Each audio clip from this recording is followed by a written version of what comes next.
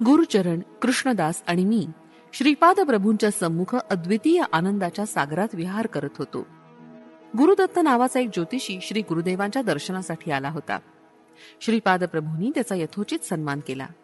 एका निवांत जागी बसून सत्संग करा असा त्यांनी आदेश दिला.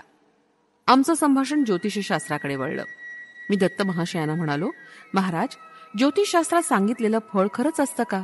फळात बदल करता येतो का? मानव जीवनातील पूर्व कर्म निर्देशित असतात. यावर श्री गुरुदत्त भट्ट म्हणाले, भ चक्र ही नक्षत्र कक्षा आहे. हिची सुरुवात अश्विनी नक्षत्रापासून होते. हे नक्षत्र स्थळ निर्देश करण्यासाठी चैत्र पक्ष आहे आणि रैवत पक्ष नावाची दुसरी पद्धत आहे. रेवती नक्षत्र असणाऱ्या स्थानापेक्षा 8 कळा कमी असलेल्या स्थानामुळे ते ग्राह्य नाही. अश्विनी नक्षत्र गोल ओळखण्यास कठीण आहे, परंतु 180 अंशावर असलेलं चित्रा नक्षत्र याचा एकच गोल प्रकाशवंत असून स्फुट असल्यानं त्यात 6 ही राशी मिळवल्यास ती अश्विनीहून चैत्र पक्ष म्हणून ग्राह्य मानली जाते. अश्विनी नक्षत्र तुर्गमुखाश्विनी श्रेणी 3 गोल म्हणून स्पष्ट करण्यात आली आहे. श्रीपाद श्रीवल्लभ चित्रा नक्षत्रावर जन्म घेण्यास एक विशेष कारण आहे. 3 गोल एकत्र असलेलं अश्विनी नक्षत्र म्हणजे त्यांचं स्वरूप आहे. तोच भ चक्राचा प्रारंभ आहे. तेच त्यांचं दत्तात्रय स्वरूप आहे. कलियुगात त्यांचा प्रथम अवतार श्रीपाद श्रीवल्लभ आहे.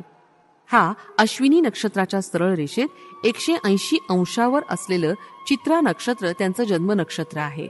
या अश्विनी नक्षत्रांच्या सरळ रेषेत 180 अंशावर असलेलं चित्रा नक्षत्र त्यांचं जन्म नक्षत्र आहे. 180 अंश दूर असणारं कोणतंही नक्षत्र किंवा कोणताही ग्रह शक्ती केंद्रित करण्याचं कार्य करतो. मनुष्य त्याचे पूर्वजन्मकृत प्रारब्ध गणितानं योग्य अशा ग्रहसंपुटीनं जन्माला येतो. ग्रह मानवावर द्वेषभावना अथवा प्रेमभावना ठेवत नाहीत. त्या ग्रहातून निर्माण झालेल्या विविध किरणांनी, विविध स्पंदनानं त्या त्या काळी, त्या प्रदेशात, त्या विशिष्ट जीवांना इष्टानिष्ट फलं मिळतात. अनिष्ट फळाच्या परिणामापासून दूर जाण्यास आपणास त्या किरणांना आणि स्पंदनांना दूर करावं लागतं. हे आपण मंत्रतंत्रानं, ध्यानानं, प्रार्थनेनं आणि योगशक्तीच्या सहाय्यानं साध्य करू शकतो. पूर्वजन्म कर्म अत्यंत प्रबळ असेल तर वरील विधानं काही करू शकत नाही. अशा परिस्थितीत श्रीपाद प्रभूच आपली भाग्यरेषा बदलून टाकू शकतात. याप्रमाणे आपली भाग्यरेखा बदलून लिहिण्यासाठी आपणाकडून दुसऱ्यासाठी काही ना काही चांगलं काम होणं आवश्यक आहे. सर्वसाधारण परिस्थितीत हे साधणं कठीण आहे. सृष्टीच्या कार्यकलापात किंवा कर्मदेवतेच्या कार्यकलापात श्रीपाद प्रभू अनावश्यक दखल देत नाहीत. भक्तांची तीव्रता श्रीपाद प्रभूंना हलवून सोडते आणि योग्य उपाय सांगण्यास प्रेरित करते. श्रीपादांच्या हृदयातून उमडणारं प्रेम, करुणा यांच्या महाप्रभावामुळे कर्मदेवतेची शक्ती निस्तेज होऊन जाते. कर्माचं रूप जड असतं. श्रीपाद प्रभू हे चैतन्य स्वरूप आहेत. योग्य वेळी प्रकट होऊन आपल्या चैतन्य शक्तीची समर्थता ते प्रदर्शित करतात. हा त्यांचा अत्यंत सहज भाव आहे. मी म्हणजे गुरुदत्त भट्ट अज्ञानी दशेत ज्योतिषशास्त्रातील महापंडित समजत होतो. मी कर्नाटक प्रदेशातून आलेला, त्यामुळे मला तेलुगू भाषा अस्खलितपणे बोलता येत नसे. संस्कृत भाषा मात्र चांगली येत असे.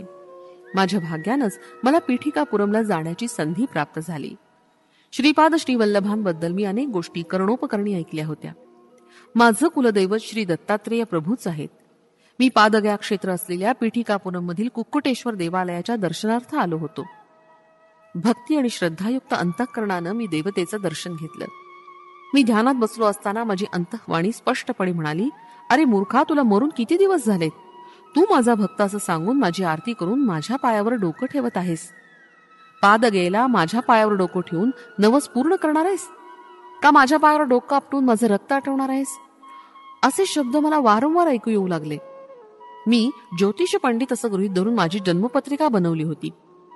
त्या पत्रिकेनुसार मी ज्या दिवशी ह्या शरीराचा त्याग करणार त्या दिवशी पादगया क्षेत्री असलेल्या दत्तप्रभू सन्मुख असेल. मी माझ्या नाडी स्पंदनाला पाहिलं. नाडी चालत नव्हती.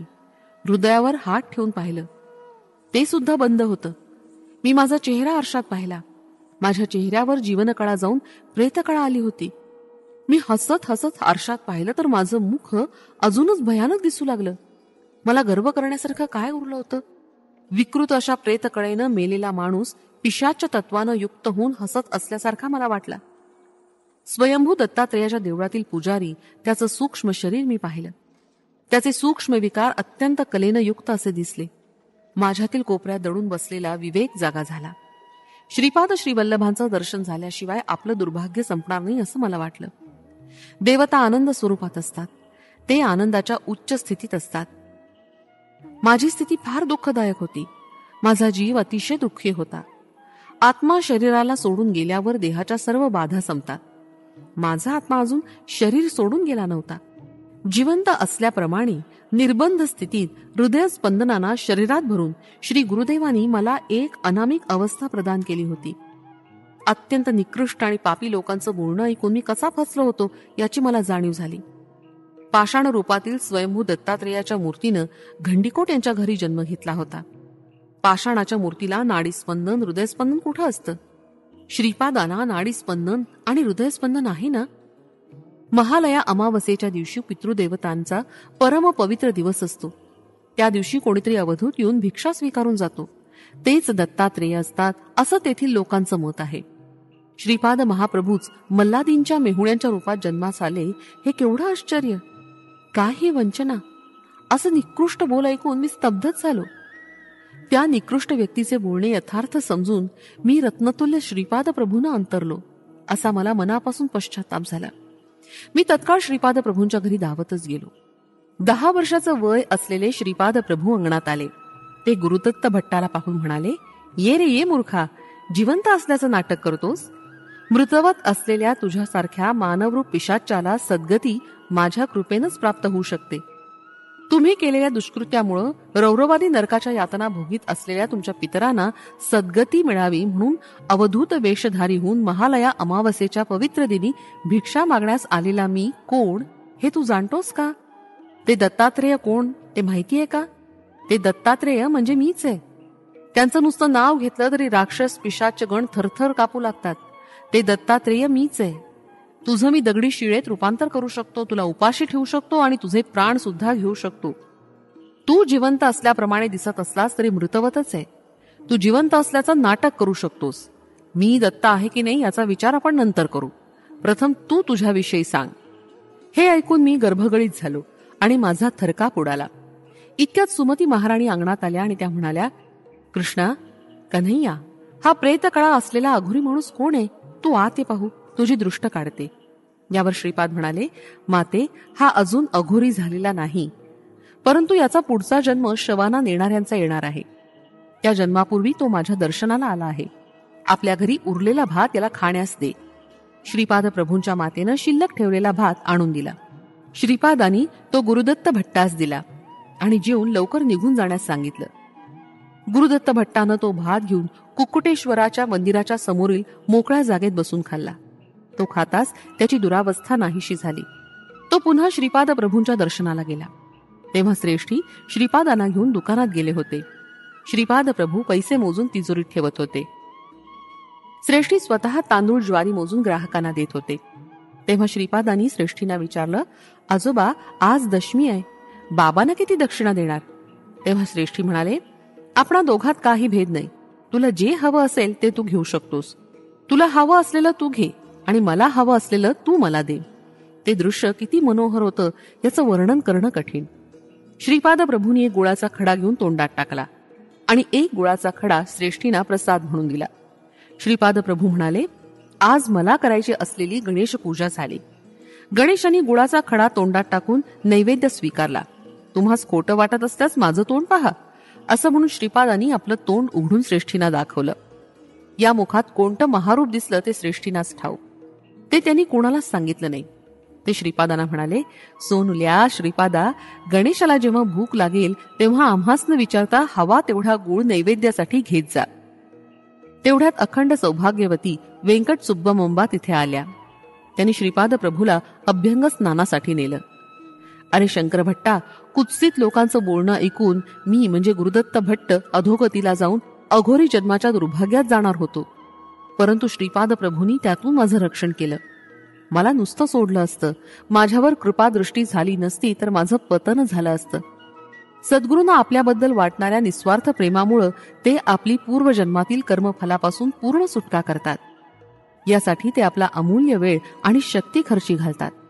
श्रीपाद प्रभूंची जन्मपत्रिका सांध्र सिंधू वेदातून पाहता येते. श्रीपाद प्रभूंच्या घरी तेलुगू भाषेबरोबरच संस्कृत भाषा सुद्धा बोलली जात असे. हिमालयातील पवित्र भूमीवर जी भाषा बोलली जात असे त्या भाषेत श्रीपाद प्रभू अप्पळ राज शर्मा आणि बापनाचार्युलू बोलत असत. संबल प्रांतात बोलली जाणारी भाषा संस्कृत भाषेपेक्षा वेगळी होती. त्या भाषेचं माधुर्य, सरलता वर्णनातीत होती. ही भाषा पीठिकापुरम मधील केवळ श्रीपाद प्रभू, बापनाचार्युलू, अप्पळ राजू शर्मा यांनाच बोलता येत असे.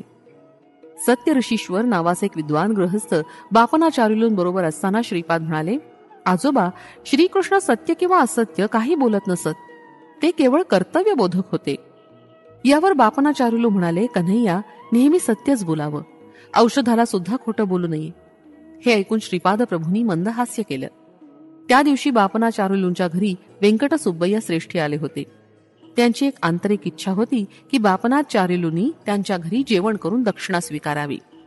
हा दिवस परम पवित्र महालया पक्षातील एक दिवस असावा, ज्यांचे मुळे त्यांचे पितृदेव संतोष पावतील. ही इच्छा बापनाचार्युलू पूर्ण करतील का नाही याबद्दल त्यांना शंका होती. त्यामुळे श्रेष्ठींनी श्रीपादांच्या समोर नतमस्तक होऊन बापनाचार्युलूंच्या समोर आपली इच्छा प्रकट केली. बापनाचार्युलूंनी महालय पक्षात श्रेष्ठींच्या घरी जाऊन जेवण करून दक्षिणा स्वीकारण्याची अनुमती दिली. या संमतीनं श्रेष्ठींच्या आनंदाला पारावार नव्हता. श्रीपाद प्रभू बहुचमत्कारी होते. महालय पक्षातील जेवणाचं आमंत्रण स्वीकारलेले बापनाचार्युलू आणि आमंत्रण देणारे श्रेष्ठी या दोघांना या गोष्टीचा विसर पडला. महालया अमावस्येचा मध्यान्ह समय आला. श्रेष्ठी बापनाचार्युलूंच्या घरी आले.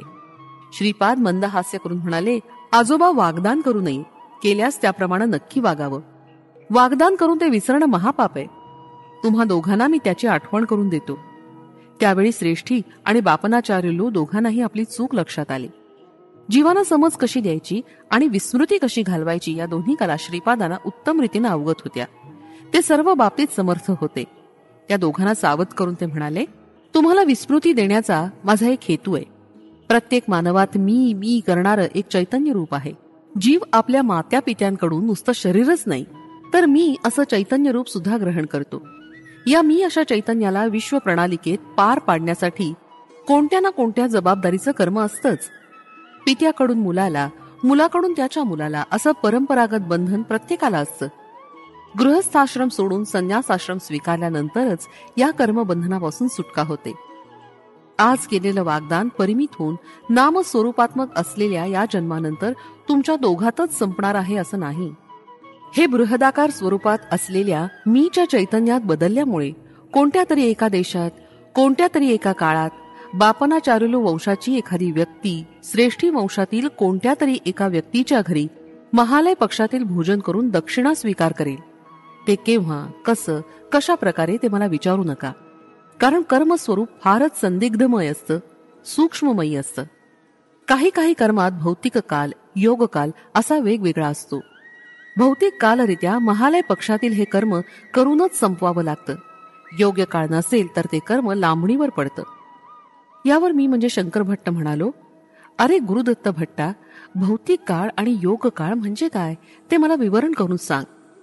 श्री गुरुदत्त भट्ट महोदय म्हणाले, भौतिक काळ, भौतिक देश, मानसिक काळ, मानसिक दशा, तसंच योग काळ आणि योग देश यांचं 6 ते 10 वर्षापर्यंतचं वय असतं.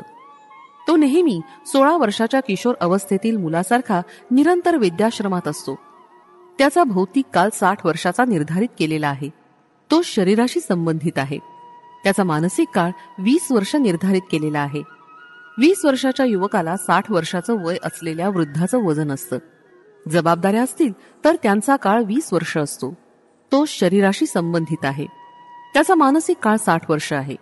याप्रमाणे भौतिक काळ आणि मानसिक काळ एकाच काळात मिळून असावा असा नियम नाही. तो वेगवेगळा असू शकतो. काशीमध्ये अथवा पीठिकापुरममध्ये निवास केल्यानं तापत्रयापासून सुटका. काशीवासाचं फल, पीठापुरम निवासाचं फल. श्रीपाद प्रभू म्हणाले, मी कालातीत आहे. ज्या भक्ताला काशीमध्ये निवास करण्याची इच्छा आहे आणि आंतरिक तळमळ आहे त्याला काशी निवासाची प्राप्ती होते. भौतिकदृष्ट्या तो कोणत्याही प्रदेशात असला तरी मानसिकदृष्ट्या त्याचा निवास काशीतच असतो. भौतिकदृष्ट्या काशीत राहून गोहत्या करणाऱ्यास काशी निवासाचं फळ मिळत नाही. ज्याप्रमाणे गंगा जलातून माशासाठी निरीक्षण करणाऱ्या बगळ्यास गंगा स्नानाचा लाभ होत नाही. एखादा साधक भौतिक रूपानं पीठिकापुरमला राहत असेल आणि श्रीपाद प्रभूंचं दर्शन सुद्धा घेत असेल, तरी जर त्याचा मानसिक काल आणि देश पीठिकापुरमला नसेल तर तो श्रीपाद प्रभूंचा भक्त होणार नाही. योग काल आणि योग देश आध्यात्मिक शक्ती संपन्न असलेल्या व्यक्तीलाच अवगत असतो.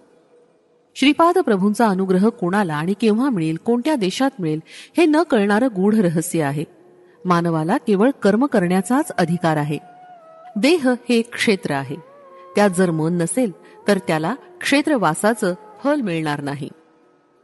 सत्कर्म केल्यानं सुख आणि दुष्कर्म केल्यानं दुःख प्राप्त होणं हे अनिवार्य आहे. पूर्वजन्माचं बंधन आपला पाठलाग करत असतं. सद्गुरूंच्या कृपेमुळे आपण त्यापासून मुक्त होतो. काल चांगला नसेल तर आपण कोणत्याही देशात असलो तरी त्या कर्माचं फळ चुकवू शकत नाही. हा अत्यंत अनाकलनीय विषय आहे. पीठिकापुरममध्ये नरसिंह वर्मांच्या घरी एक सेवक होता. त्याचं नाव शिवय्या असं होतं. एके दिवशी श्रीपाद प्रभूंना त्यानं पाहिलं. तत्काळ त्याच्या मनोवृत्तीत बदल झाला. त्यानं निद्रा आहार सोडले आणि असंबद्ध बोलू लागला. मी सृष्टी स्थिती आणि लय यासाठी कारणीभूत आहे. मीच सर्व सृष्टीचं आदिमूळ आहे. ही सृष्टी माझ्यापासूनच उत्पन्न झाली आहे. माझ्यामुळेच वाढणार असून माझ्यातच लय पावणार आहे. नरसिंह वर्मांना शिवय्याची अत्यंत दया आली. त्यांनी श्रीपादांना शिवय्याचं रक्षण करण्याची विनंती केली. श्रीपाद प्रभू शिवय्या स्मशानात घेऊन गेले. त्यांच्याबरोबर नरसिंह वर्मा सुद्धा होते. औदुंबराच्या झाडाची वाळलेली फांदी स्मशानात ठेवून शिवय्याच्या हातून त्याचं दहन करवलं. त्यामुळे शिवय्याची त्या विचित्र मनोवृत्तीतून सुटका झाली. नरसिंह वर्मांना हे सारं अत्यंत आश्चर्यकारक वाटलं. श्रीपाद प्रभू म्हणाले, आजोबा, यात आश्चर्य करण्यासारखं काही नाही. वायसपूर गावात एक पंडित माझ्यावर अत्याचार करत होता. तो वारंवार असं म्हणे की वेद स्वरूप असलेला परमेश्वर कुठं आणि हा लहान वयाचा श्रीपाद कुठं. तो सृष्टी स्थिती लय याचा कारक आहे म्हणे. तो आदिमूल आहे म्हणे. हे सारं खोटं आहे.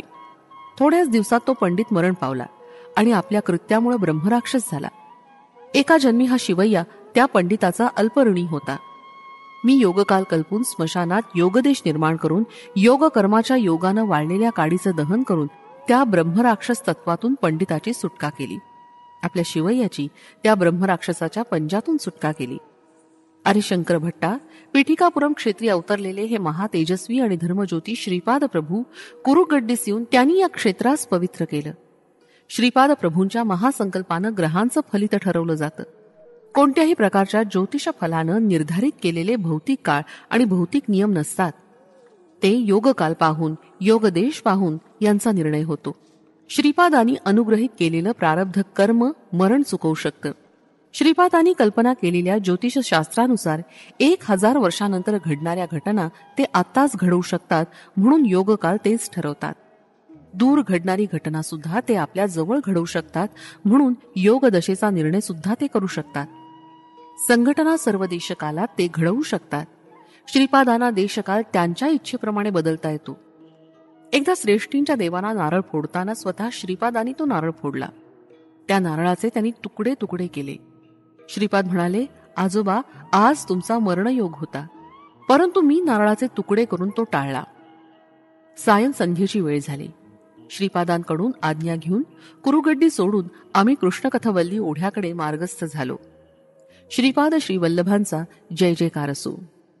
फलश्रुती कर्मदोष निवारण.